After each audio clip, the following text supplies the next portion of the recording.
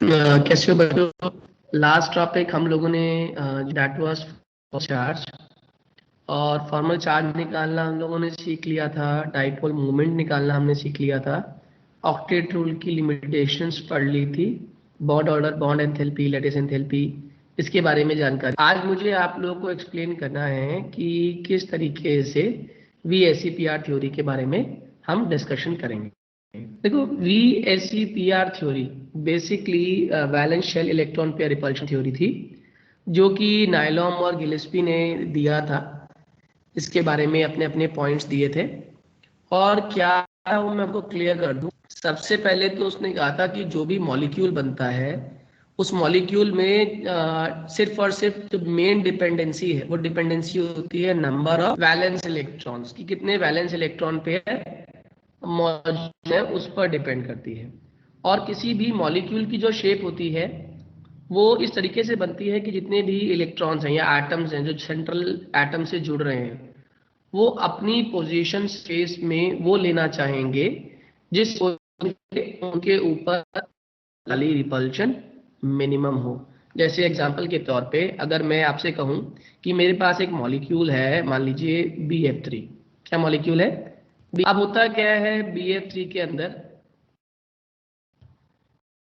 एक second, BF और बच्चों एक second, let me take the device. मान लीजिए मेरे पास है BF और 3। अब BF3 के अंदर आप जानते हैं बोरोन के पास 3 इलेक्ट्रॉन्स होते हैं और 3 ही फ्लोरीन से वो कंबाइन कर रहा है। तो ऑब्वियस ही बात है, मैथ्स के हिसाब से अगर हम बात करें तो 3 एटम्स एक दूसरे से मैक्सिमम दूरी पर भेजना है तो जो बेस्ट शेप डिसाइड होती है that is your trigonal planar shape. इस प्लेनर शेप के अंदर जो हर एक एटम है वो एक दूसरे से इक्वल दूरी पर मौजूद है। और कितना एंगल बनाता है ये? 120 डिग्री। कितना एंगल है? 120 डिग्री। तो ये बात हमें क्लियर होनी चाहिए कि 120 डिग्री के एंगल पे ये तीनों के तीनों एटम्स एक दूसरे से आइसोलेटेड है। ऐसे ही मान लीजिए मैंने कहा आपके पास CH4 नाम का एक मॉलिक्यूल है।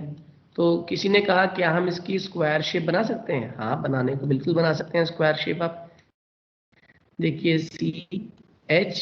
CH, यहाँ पर भी H और यहाँ पर भी H, ये एक स्क्वायर शेप बना रहा है। मगर इस स्क्वायर शेप में हमारा कोई बेनिफिट नहीं है क्योंकि ये स्क्वायर जो होता है वो कैसी ज्योमेट्री होती है? ये 2 डायमेंशनल ज्योमेट्री है। जबकि रिपल्शन से बचने के लिए अगर हमारे पास 3 डायमेंशनल ज्योमेट्री की भी फिजिबिलिटी है तो उससे बढ़िया कोई बात हो नहीं सकती।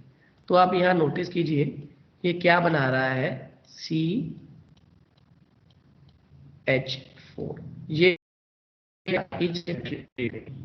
ठीक है। तो प्लेनर ज्योमेट्री में और टेट्राहेड्रल ज्योमेट्री में, टेट्राहेड्रल ज्योमेट्री ज्यादा स्टेबल होती है क्योंकि उसके ऊपर लगने वाली रिपल्शन मिनिमम होती है। इसके बाद अभी तक तो जो ज्योमेट्रीज है ना वो सारी ज्योमेट्रीज हम बात कर रहे हैं वो सिर्फ और सिर्फ आपके ऐसे ऐसे मॉलिक्यूल्स हैं जिन मॉलिक्यूल्स के अंदर कोई भी लोन पेयर मौजूद नहीं है। जैसे एक और एग्जांपल ले लेता हूं मैं। मान लो आपसे मैंने कहा कि draw the geometry of PCl5। अब PCl5 में आप जानते हैं फॉस्फोरस सेंट्रल एटम है। सेंट्रल एटम कौन होते हैं? सेंट्रल एटम वो होते हैं जो थोड़े से लेस इलेक्ट्रोनेगेटिव होते हैं। तो आपने फॉस्फोरस लिया, क्लोरीन से कम इलेक्ट्रोनेगेटिव है। फॉस्फोरस के आउटर मोस्ट में कितने इलेक्ट्रॉन्स है? 5 इलेक्ट्रॉन है। कितने से कंबाइन कर रहा है? 5 ही क्लोरीन से वो कंबाइन कर रहा है। तो अब क्या हुआ, इसने क्लोरीन क्लोरीन के साथ तो पहले क्या बना लिया? एक ट्रायगोनल प्लेनर शेप बना ली। अब कितने बचे? 2। एक इसने ऊपर और एक इसने नीचे बॉन्ड बना लिया। इस शेप का नाम क्या हो गया? अगर आप देखें तो दिस इज ट्रायगोनल बाइपिरामिडल। क्या शेप है इसकी? Trigonal bipyramidal. ठीक है। ऐसे ही ऊपर की तरफ देखिए तो ऊपर भी हमारा एक पिरामिड बन रहा है और एग्जैक्टली प्लेन के नीचे भी एक पिरामिड बन रहा है। तो शेप का नाम क्या हो गया? Trigonal bipyramidal. अब इस पे भी क्वेश्चन बच्चों एग्जाम में आएगा। क्या आएगा बताऊंगा अभी आगे। ऐसे ही मान लीजिए मैंने कहा draw the shape of SF6। तो मुझे लगता है SF6 भी आप ड्रॉ कर पाओगे। SF6 में सल्फर के पास कितने इलेक्ट्रॉन्स हैं? सल्फर के पास SF6 में 6 इलेक्ट्रॉन्स हैं। तो के लिए हमने क्या किया, पहले 4 से तो फ्लोरीन जोड़ दिए इस तरीके से, सल्फर ये आपके 4 फ्लोरीन स्क्वायर की शेप में आपने ज्वाइन कर दिए। ठीक है, अब कहाँ रह गया, एक फ्लोरीन आपका ऊपर रह गया और एक फ्लोरीन आपका नीचे रह गया। तो अब क्या हुआ, आपने इसको ज्वाइन किया, इसको ज्वाइन किया, इसको ज्वाइन किया, इसको ज्वाइन किया और इसको ज्वाइन, इसको, तो एक पिरामिड ऊपर बन गया। एग्जैक्टली एक नीचे बनेगा। इस शेप को बोलते हैं हम लोग स्क्वायर बाई पिरामिडल शेप या फिर ऑक्टाहेड्रल। आई होप ये क्लियर हो गया होगा। अभी तक तो जो ज्योमेट्री की हम बात कर रहे हैं, इस ज्योमेट्री में सारे के सारे जो स्ट्रक्चर्स हम बना रहे हैं उसमें कहीं पर भी लोन पेयर की बात ही नहीं है, लोन पेयर का जिक्र ही नहीं है। अब ऐसे कुछ मॉलिक्यूल्स या ज्योमेट्रीज भी पॉसिबल है जिसके अंदर बॉन्ड पेयर के साथ साथ लोन पेयर भी आती है। जैसे एक छोटा सा एग्जांपल अगर मैं लूं तो एक मॉलिक्यूल है, अगर देखा तो H2O के अंदर सेंट्रल एटम आपका ऑक्सीजन है। आपने एक इलेक्ट्रॉन यहाँ दिखाया, एक इलेक्ट्रॉन यहाँ दिखाया, हाइड्रोजन के पास एक इलेक्ट्रॉन ये रहा और यहाँ पर भी एक इलेक्ट्रॉन ये रहा। अब क्या हुआ कि हमें लगा कि ये जो शेप है, ये बॉन्ड बन रहा है, ये बॉन्ड के लिए शेप होनी चाहिए, लेकिन हम ये जानते हैं कि ऑक्सीजन के पास सिर्फ और सिर्फ बॉन्ड पेयर ही नहीं है, ऑक्सीजन के पास लोन पेयर, और लोन पेयर ना VSEPR थ्योरी में ही समझ आया कि सबसे ज्यादा लड़ाई जिनके अंदर आपस में होती है, रिपल्शन जो होती है वो होती है लोन पेयर में, और फिर रिपल्शन होती है लोन पेयर बॉन्ड पेयर में, और सबसे लास्ट रिपल्शन जो होती है वो होती है बॉन्ड पेयर में। तो जो आपकी ज्योमेट्री अल्टीमेटली इसे रिपल्शन की वजह से बनेगी, the geometry would be O, यहाँ पर H, यहाँ पर H, यहाँ पर लोन पेयर बन गया और यहाँ पर लोन पेयर बन गया। तो अगर मैं आपसे कहूँ ना कि देखो इसको ज्योमेट्री वाइज अगर ड्रॉ करना हो तो इस ज्योमेट्री को बोलते हैं बेंड शेप। क्या बोलते हैं?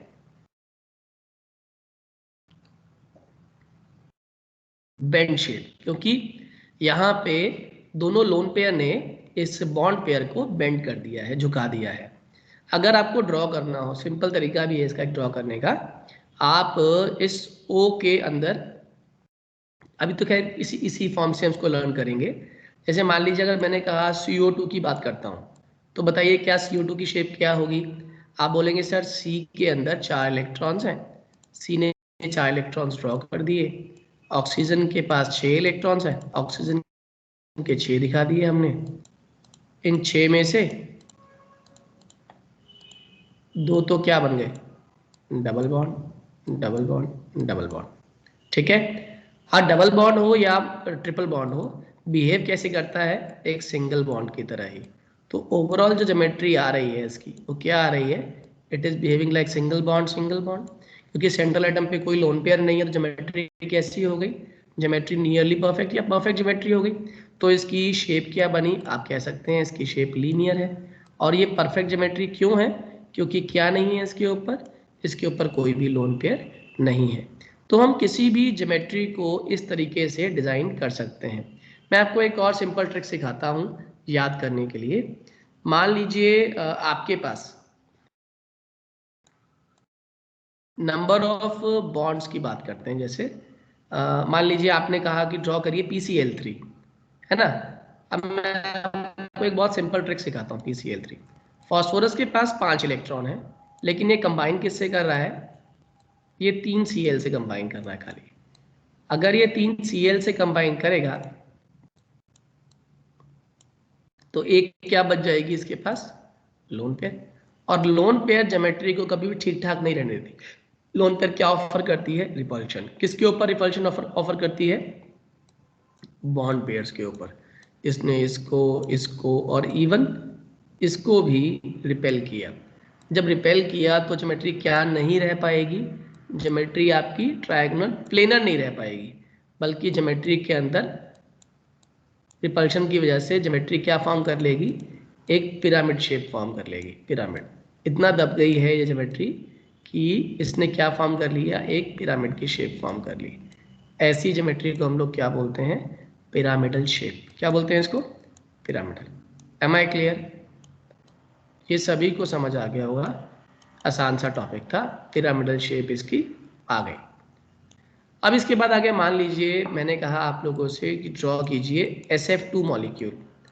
अब हम जानते हैं कि एस के आउटर मोस्ट में कितने इलेक्ट्रॉन्स होते हैं, 6 होते हैं। 6 में से सल्फर ने बनाए कितने बॉन्ड्स, 2 बॉन्ड्स बना दिए, यहाँ फ्लोरीन और यहाँ फ्लोरीन आपने दिखा दिया है, ठीक है। अब इनके बॉन्ड दिखा दो, ये बॉन्ड्स बन गए। अभी सल्फर के पास क्या बचा हुआ है, सल्फर के पास 2 लोन पेयर्स बची हुई हैं। अब लोन पेयर बची हैं तो आप लोगों को समझ आएगी होगा कि ये शेप को कैसा नहीं रहने देगा, ये बिल्कुल वैसा ही बिहेव करेगा जैसा आपका H2O बिहेव करता है, हाँ या ना, क्योंकि इसके पास भी कितनी लोन पेयर है, 2 लोन पेयर है, ठीक है। अब मान लो मैंने आपसे कहा तो इसकी शेप भी बेंट ही बनेगी बच्चों, क्या बनेगी शेप इसकी, बेंट शेप बनाएगा ये भी। अब अगला क्वेश्चन सुन लीजिए, मैंने कहा draw the shape of SF4। अब आप SF4 ड्रॉ करेंगे, SF4 कैसे ड्रॉ होगा ये सुन लीजिए। SF4 में आपने S लिखा, ठीक है, 4 आपने फ्लोरीन बना दिए, और 4 फ्लोरीन के बाद एक क्या बची है इसके पास, लोन पेयर।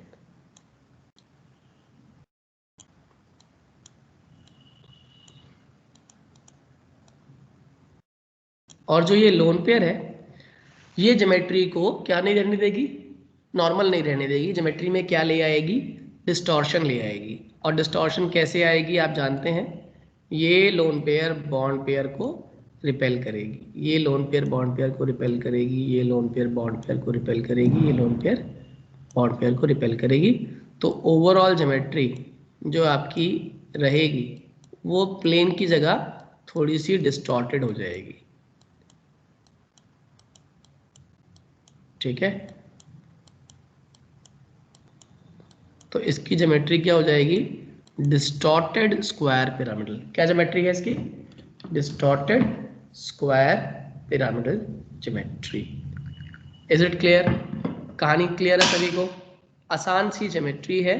ऐसे ही टेबल दिया हुआ है आप लोगों को, जिसमें बस फर्क क्या है कि उन्होंने ज्योमेट्री को टाइप के फॉर्म में डिफाइन कर दिया। जैसे पहली ज्योमेट्री आप देखें टेबल के अंदर AB2E, मतलब E मतलब लोन पेयर है, यानी कि एक ऐसा सेंट्रल एटम है A जिसके साथ 2 ग्रुप्स जुड़े हुए हैं, B सिमेट्रिकल ग्रुप्स हैं, और E मतलब एक लोन पेयर है। तो लोन पेयर आ गया तो ऑब्वियस सी बात है ज्योमेट्री लीनियर नहीं होगी, बेंड शेप हो जाएगी। ऐसे ही AB3E कर दिया इन्होंने कि A जुड़ा हुआ 3 बॉन्ड से और एक लोन पेयर है। तो टोटल बॉन्ड्स देखूं तो टोटल लोन पेयर को भी अगर बॉन्ड काउंट करता, लोन पेयर को भी मैं बॉन्ड की तरह काउंट करता, तो टोटल 4 बॉन्ड्स बन रहे हैं, और 4 बॉन्ड से बनने वाली ज्योमेट्री टेट्राहेड्रल होती है।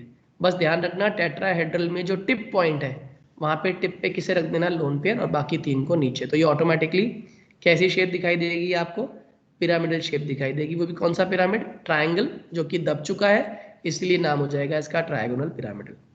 फिर ऐसे बोल दिया उन्होंने AB2E2, तो ये बात समझ आ गई आपको, A सेंट्रल एटम है, 2 उसके साथ B जुड़ रहे हैं, और 2 ही उसके अंदर लोन पेयर है। टोटल देखें तो 2 बॉन्ड 2 लोन पेयर 4 के लिए होते हैं, और 4 के लिए ज्योमेट्री टेट्राहेड्रल है। तो क्या करते हैं, जहां जहां टेट्राहेड्रल में चारों दिखाने हैं तो 2 तो बॉन्ड हो गए, 2 क्या आ गई, लोन पेयर। होता क्या है कि लोन पेयर दिखाई नहीं देती। जैसे छोटे से एग्जांपल से मैं क्लियर करता हूं आपको, उससे पूरी स्टोरी मैंने जो बात बताई है, ये भी एक ट्रिक है याद करने की, कि इससे भी आपकी ज्योमेट्री गलत नहीं होगी।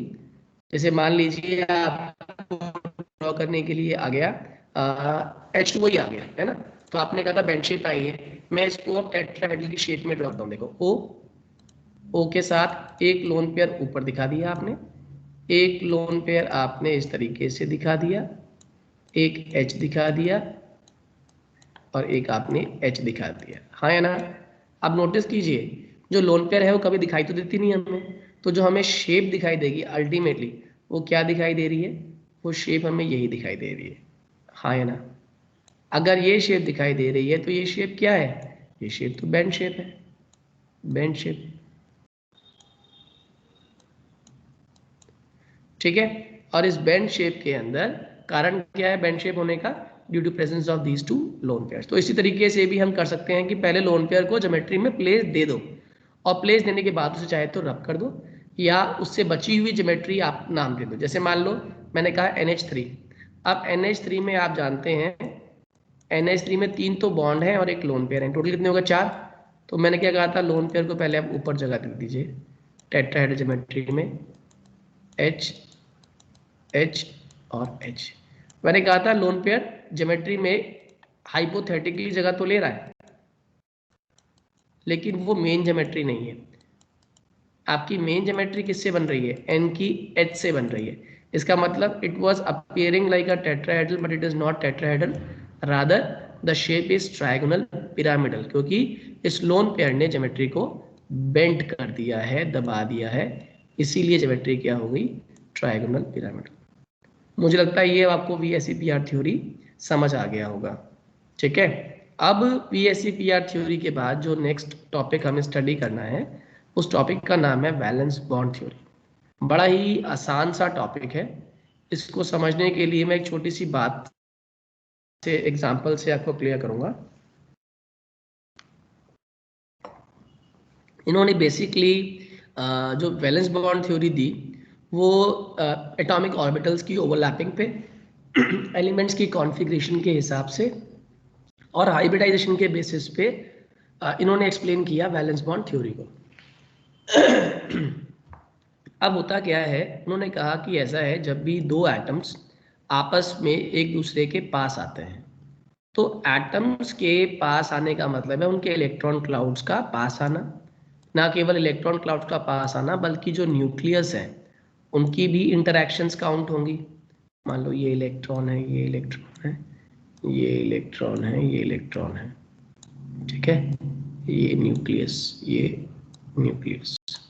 अब क्या हुआ कि इस न्यूक्लियस ने अपने इलेक्ट्रॉन को तो टाइटली बाउंड किया ही हुआ है, इसके न्यूक्लियस ने भी अपने इलेक्ट्रॉन्स को टाइटली बाउंड किया हुआ है, इसके साथ साथ इसके न्यूक्लियस ने दूसरे वाले इलेक्ट्रॉन्स को भी टाइटली बाउंड किया है, दूसरे वाले इलेक्ट्रॉन्स को टाइटली बाउंड किया है, ऐसे ही इसने भी दूसरे वाले इलेक्ट्रॉन्स को टाइटली बाउंड किया। तो ये सारी रेड वाली जो लाइंस हैं ये रिप्रेजेंट कर रही हैं फोर्स ऑफ अट्रैक्शन को, ठीक है। लेकिन यहाँ पे सिर्फ और सिर्फ फोर्स ऑफ अट्रैक्शन नहीं है, ये इलेक्ट्रॉन और ये इलेक्ट्रॉन आपस में एक दूसरे को क्या कर रहा है, रिपेल कर रहा है, कि सेम चार्ज है। ये इलेक्ट्रॉन आपस में क्या कर रहा है, ये भी रिपेल कर रहा है। और ये न्यूक्लियस आपस में क्या कर रहा है, ये भी आपका रिपेल कर रहा है।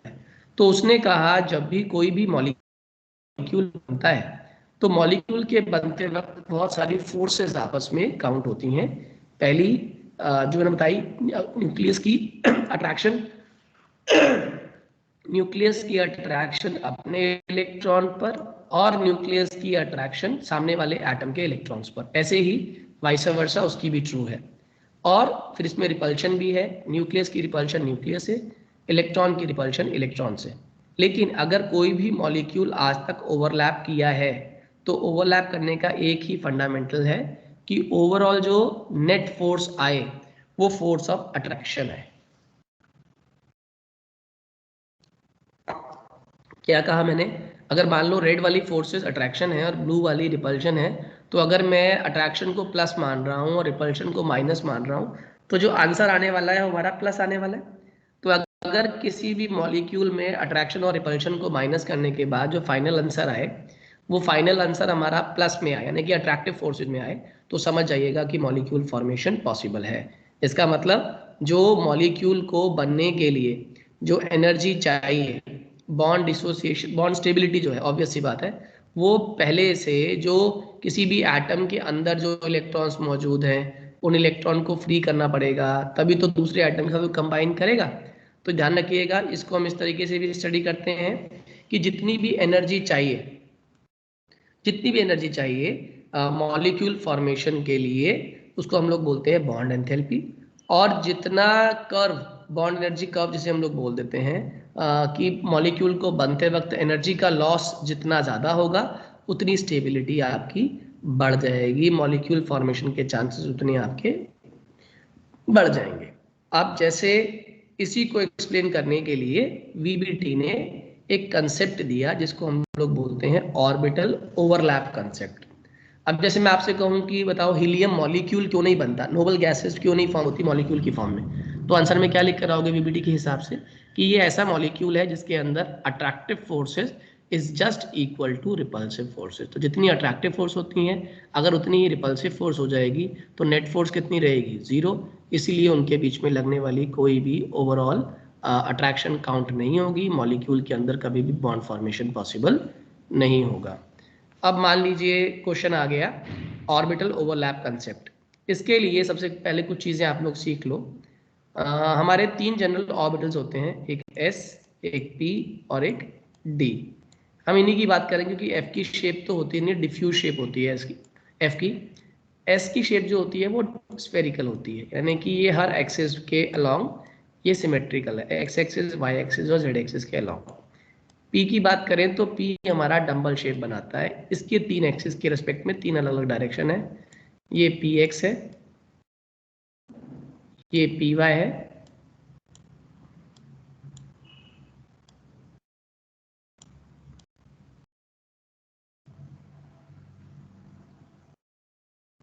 ये पी जेड है, पी एक्स, पी वाई और पी जेड। और जो डी सब शेल है इसके डबल डंबल शेप होती है इसकी,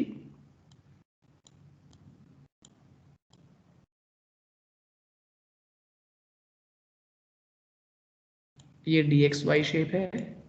ऐसे ही डी वाई जेड और डी जेड एक्स भी होती है, ये डी वाई जेड हो गई, ये डी जेड एक्स हो गई।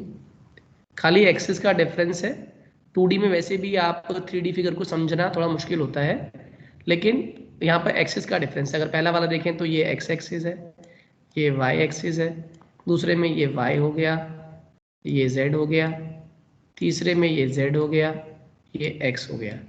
तो D X Y, D Y Z और डी जेड एक्सिस की शेप होती है। अब यहाँ देखें तो एक इस शेप को बोलते हैं DG2, DG स्क्वायर कह लो, DG स्क्वायर बोलते हैं बट इट इज DG2, ठीक है। और ये एक्सिस के ऊपर है। और एक और आती है हमारी शेप DX2Y2, ये भी कहाँ लाई करती है, एक्सिस के ऊपर लाई करती है DX2Y2।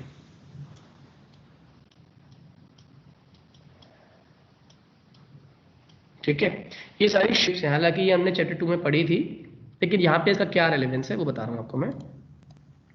ऑर्बिटल ओवरलैपिंग को समझने के लिए पहले आप देखिएगा ऑर्बिटल्स कैसे कैसे किन किन कंडीशंस में अपने आप को ओरिएंट कर सकते हैं, उनकी डायरेक्शन स्पेस क्या हो सकती है। देखो 2 तरीके से हम ओवरलैपिंग को समझेंगे। एक होता है इन फेज ओवरलैपिंग जिसको हम लोग पॉजिटिव ओवरलैपिंग भी कहते हैं, और एक होती है आउट फेज या फिर नेगेटिव ओवरलैपिंग। मान लीजिए पी आपने लिया और पी के दोनों लोब्स होते हैं, तो मान लो एक माइनस है एक क्या है प्लस है। हालांकि ये एक इमेजिनरी बात है, प्लस और माइनस कोई भी हो सकता है, प्लस माइनस। यहाँ पे मान लो मैंने ये प्लस इलेक्ट्रॉन लोब को लिया और ये वाला अपने आप ऑटोमेटिकली नेगेटिव हो गया। इसकी मैं ओवरलैपिंग करने जा रहा हूँ एक और लोब से जिसका ये वाला एंड प्लस है, मतलब ये वाला लोब प्लस है और ये वाला माइनस है। जब ये दोनों ओवरलैप करेंगे तो ओवरलैप करने पर पॉजिटिव वाला पॉजिटिव से मिल जाएगा, हाँ है ना। तो जब पॉजिटिव वाला पॉजिटिव से ओवरलैप करता है, ऐसी ओवरलैपिंग को हम लोग बोलते हैं इन फेज ओवरलैपिंग। तो ये पहली ओवरलैपिंग का आपको मैंने सिनेरियो समझाया जहाँ पे P और P दोनों आपस में ओवरलैप कर रहे हैं। और जनरली अगर हम बात करें तो NCERT में या बाकी बुक्स में PZ को हम हॉरिजॉन्टली दिखाते हैं, ठीक है। तो PZ अगर P सबशेल के P ऑर्बिटल्स की बात करूं तो P जो है उसको हम ड्रॉ करते हैं हॉरिजॉन्टली। अब मान लीजिए यही PZ कंबाइन करने के लिए S के पास आ जाए। देखो S तो आपका स्फेरिकल होता है, यूनिफॉर्म इसकी शेप होती है, और इसके अंदर कोई अलग अलग लोब्स नहीं बनते। अगर मैं कहूँ तो इसके अंदर एक ही प्रॉपर प्रोबेबिलिटी रहती है, प्लस, ये हर जगह से प्लस ही है। तो अगर मैं कह रहा हूँ इस समय,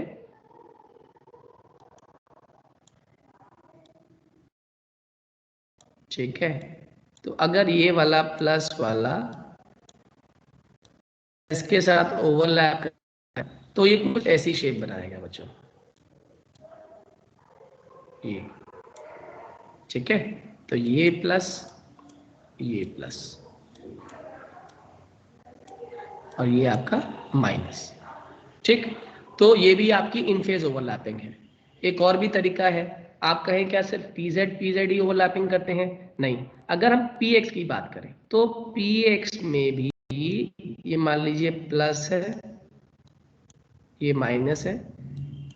अभी तक जो आप ऊपर पढ़ रहे थे उसको हम लोग हेड ऑन ओवरलैपिंग कहते हैं, है ना। अब जो मैं आपको बताने वाला हूँ वो है साइडवेज ओवरलैपिंग, साइडवेज।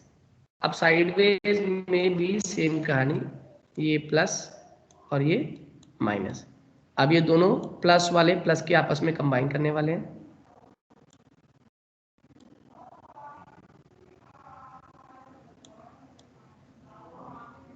ठीक है। तो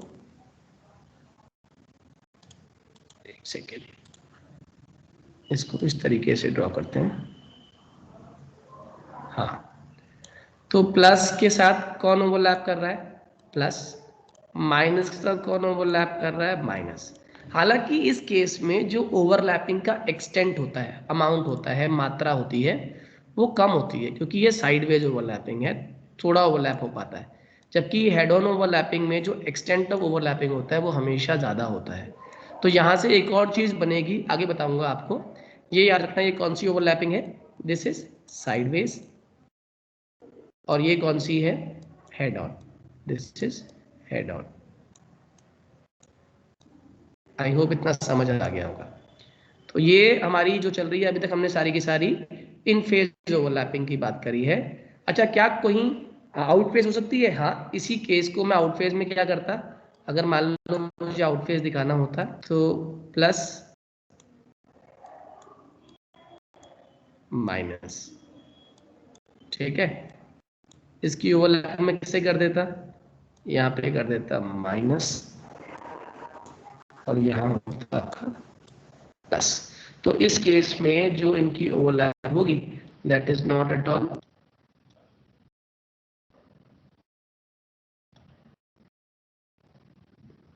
देखिए, प्लस माइनस माइनस प्लस, ठीक है। इसको हम लोग क्या नाम दे देते हैं? इसको हम लोग बोलते हैं नेगेटिव ओवरलैपिंग। इसको हम नाम देते हैं positive overlapping. Clear to all? ये बड़ा इजी कंसेप्ट है। सेम फेज में है, पॉजिटिव ओवरलैपिंग। अगर फेज ऑपोजिट है तो it is known as negative overlapping. अब इसमें एक और केस रह जाता है जिसको हम लोग बोलते हैं zero overlapping.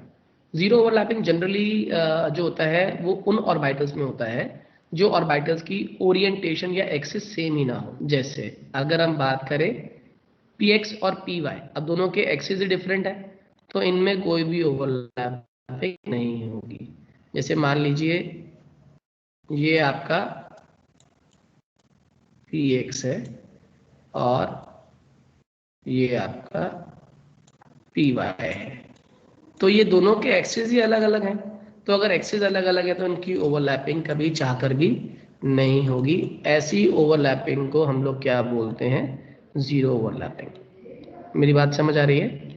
This is zero overlap, zero. तो ये ओवरलैपिंग का बेसिक आइडिया था। अब मैंने जैसे आपको बताया कि इस बेसिक आइडिया के पीछे स्टोरी क्या है।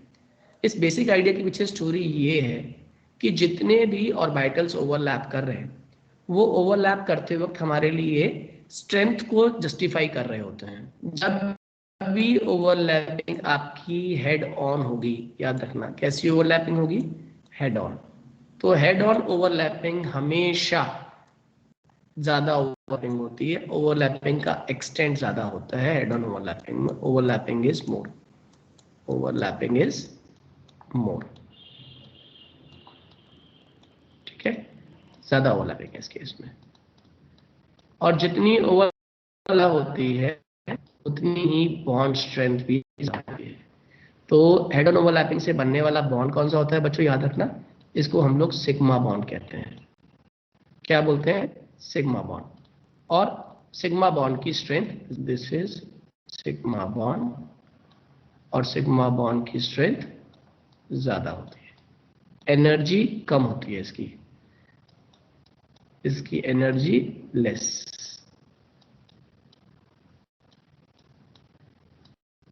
Energy less, strength more. ठीक। रोटेशन भी इसके अराउंड आसानी से हो जाती है, बॉन्ड आसानी से मूव कर जाता है हेड ऑन ओवरलैपिंग के अंदर। और जो साइडवेज ओवरलैपिंग होती है, साइडवेज ओवरलैपिंग से बनता है आपका pi bond.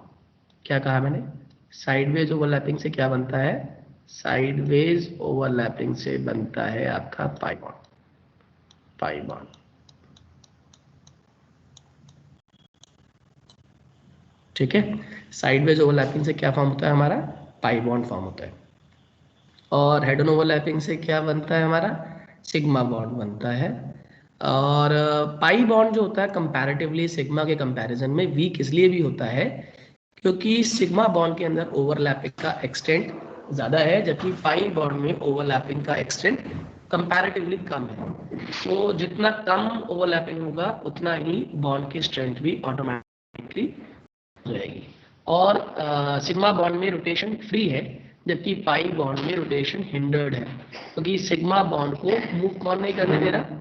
Second bond, that is pi bond, अगर वो डबल बॉन्ड है तो। और अगर वो ट्रिपल बॉन्ड है तो सिग्मा बॉन्ड को कौन रोटेट नहीं करने दे रहा, मूव नहीं करने दे रहा? अगेन दो बॉन्ड्स हैं जो उसकी मूवमेंट को हिंडर कर रहे हैं, इसीलिए पाई बॉन्ड्स के टूटने के चांसेस ज्यादा होते हैं in comparison to sigma bond. Am I clear? ठीक है। तो सिग्मा और पाई के डिफरेंस के बेसिस पर हमारी डिफरेंट टाइप ऑफ हाइब्रिडाइजेशंस बनती हैं। वो कौन कौन सी होती हैं एक बार उनको देख लेते हैं हम लोग। सबसे पहली जो हाइब्रिडाइजेशन बनती है वो होती है एसपी हाइब्रिडाइजेशन, है ना। एसपी हाइब्रिडाइजेशन बेसिकली जब एक एस ऑर्बिटल ओवरलैप कर जाता है पी के साथ, तो जो हाइब्रिडाइजेशन बनती है that is known as SP hybridisation. और एसपी हाइब्रिडाइजेशन में एक क्या इन्वॉल्व किया आपने? एक एस इन्वॉल्व किया है, और एक क्या इन्वॉल्व किया आपने? पी ऑर्बिटल इन्वॉल्व किया। ओवरलैपिंग आपकी एसपी को रिप्रेजेंट करेगी कुछ इस तरीके से। ठीक। Second is your PP overlapping. आप पीपी के अंदर समझ ही रहे होंगे कि पी एक आपने लिया ऑर्बिटल और दूसरा भी पी ऑर्बिटल है, दोनों ऑर्बिटल एक दूसरे के साथ ओवरलैप करने आ रहे हैं। डिपेंड करता है कि इनकी ओरिएंटेशन किस प्लेन में है। अगर ये दोनों पीजेड है तो ओवरलैपिंग कैसी होगी? हेड ऑन ओवरलैपिंग होगी और सिग्मा बॉन्ड फॉर्मेशन होगा। अगर दोनों की पी वाई है या दोनों की पीजेड है तो साइडवेज ओवरलैपिंग होगी और पाई बॉन्ड बनेगा। ठीक है, तो इसके बेसिस पर हम डिफाइन कर सकते हैं कि एस एस ओवरलैपिंग कौन सी होती है जिसमें दोनों एस मिल रहे हों। एस पी क्या हो गई जिसमें एक एस और एक पी ओवरलैप कर रहा हो। एस पी टू क्या हो गया जिसमें एक एस और दो पी ओवरलैप कर रहे हो। ऐसे ही एस पी थ्री क्या हो गया जिसमें एक एस और तीन पी ओवरलैप कर रहे हो। उससे कौन सी बनती है हाइब्रिडाइजेशन आपकी? S P three. तो यहाँ से ओवरलैपिंग के बेसिस पर नेक्स्ट जो कंसेप्ट शुरू होता है दैट इज योर हाइब्रिडाइजेशन। ये इंपॉर्टेंट एग्जाम में आता है और 2 मार्क 3 मार्क के लिए क्वेश्चंस बनते हैं इसमें से। हाइब्रिडाइजेशन की जब बात करते हैं तो हाइब्रिडाइजेशन का मतलब क्या होता है पहले तो ये सुन लो। हाइब्रिडाइजेशन का मतलब होता है intermixing of orbitals which are having nearly same or slightly different energies। क्या कहा मैंने? इंटरमिक्सिंग हो रही है हाइब्रिडाइजेशन में। किसकी इंटरमिक्सिंग हो रही है? ऑर्बिटल्स की। और कैसे ऑर्बिटल्स की? जिन ऑर्बिटल्स की एनर्जी नियरली सेम है या स्लाइटली डिफरेंट है, ऐसे ऑर्बिटल्स की ओवरलैपिंग होती है तो क्या बनती है आपकी? हाइब्रिडाइजेशन। ठीक है, तो हाइब्रिडाइजेशन क्लियर हो गया होगा सभी को। अब हाइब्रिडाइजेशन में कुछ कंडीशंस होती हैं। पहली बात तो ये याद रखना, जितने भी हाइब्रिडाइजेशन हो रही है उसके अंदर पहली बात वो कहता है कि जितने भी नंबर ऑफ हाइब्रिड ऑर्बिटल्स हैं वो हमेशा एटॉमिक ऑर्बिटल के बराबर होंगे। हाइब्रिड ऑर्बिटल यानी कंबाइन करने के बाद जो ऑर्बिटल बनेंगे वो एटॉमिक ऑर्बिटल के बराबर होंगे। दूसरा ये कहता है कि जितने भी हाइब्रिड ऑर्बिटल्स होते हैं उनकी एनर्जी शेप इक्विवेलेंट होनी चाहिए, यानी कि नियरली सेम होनी चाहिए, एग्जैक्टली नहीं मगर नियरली सेम होनी चाहिए, जैसे एस पी से ओवरलैप कर सकता है। तीसरा उसने कहा लेकिन एस डी से ओवरलैप नहीं करेगा, ठीक है। तीसरा उसने कहा the hybrid orbitals are more effective in forming stable bonds than the pure atomic orbitals. Hybrid orbitals वैसे भी दो ऑर्बिटल्स के मिक्सिंग से बना है, और जब भी दो ऑर्बिटल्स मिक्स होते हैं तो एनर्जीज का एक्सचेंज हो रहा होता है, तो जितना एनर्जी का एक्सचेंज किसी भी ज्योमेट्री में से होता है उतना ही वो स्ट्रक्चर क्या गेन कर लेता है, स्टेबिलिटी गेन कर लेता है। चौथा उसने कहा these hybrid orbitals are directed in space in some preferred direction to have minimum repulsion. ये बिल्कुल वही बात है जो VSCPR ने कहा था कि हर कोई एटम अपने आप को इस तरीके से ओरिएंट करेगा अपने इलेक्ट्रॉन क्लाउड को कि उसके ऊपर लगने वाली रिपल्शन का असर सबसे कम हो जाए। अब आती है इंपॉर्टेंट कंडीशंस 2 मार्क के लिए, ये भी आपके एग्जाम में आ जाती हैं। पहली कंडीशन कहता है कि जितने भी ऑर्बिटल्स हैं उनके पास उनके वैलेंस शेल में ही हाइब्रिडाइजेशन हो सकती है। उनके पास नंबर ऑफ अनपेयर्ड इलेक्ट्रॉन्स या हम कहेंगे वैलेंस इलेक्ट्रॉन्स होने चाहिए, और equal number of unpaired electrons होने चाहिए दो ऑर्बिटल्स को जो आपस में ओवरलैप कर रहे हैं। ये जरूरी नहीं होता कि वो हाफ फील्ड हो, अगर अनपेयर्ड है मगर हाफ फील्ड नहीं है, देखो डिफरेंस है हाफ फील्ड और अनपेयर्ड में। हाफ फील्ड में जितने भी ऑर्बिटल्स हैं टोटल किसी भी सबशेल के, मान लो पी सबशेल के 3 ऑर्बिटल्स हैं, तीनों के तीनों सिंगल सिंगल सिंगल इलेक्ट्रॉन से भरे हुए होने चाहिए, तो उसे हाफ फील्ड कहते हैं। लेकिन अगर पी में 3 ऑर्बिटल में से 2 ऑर्बिटल में सिंगल सिंगल इलेक्ट्रॉन है तो वो हाफ फील्ड नहीं है मगर वो अनपेयर्ड, तो इसमें हाइब्रिडाइजेशन होगी। तो जरूरी नहीं है कि वो हाफ फील्ड होगा तभी हाइब्रिडाइजेशन होगी, वो अनपेयर्ड होगा तब भी आपकी हाइब्रिडाइजेशन हो जाएगी। तो अब यहां से शुरू होता है आपका type of hybridisation. sp hybridisation क्या होती है, sp2 क्या होती है, sp3 क्या होती है, जो एक एक स्ट्रक्चर से मैं आपको क्लियर करूंगा। अभी पहले इसी को ही पक्का कर लेते हैं, अभी दोबारा से हम लोग ज्वाइन करेंगे।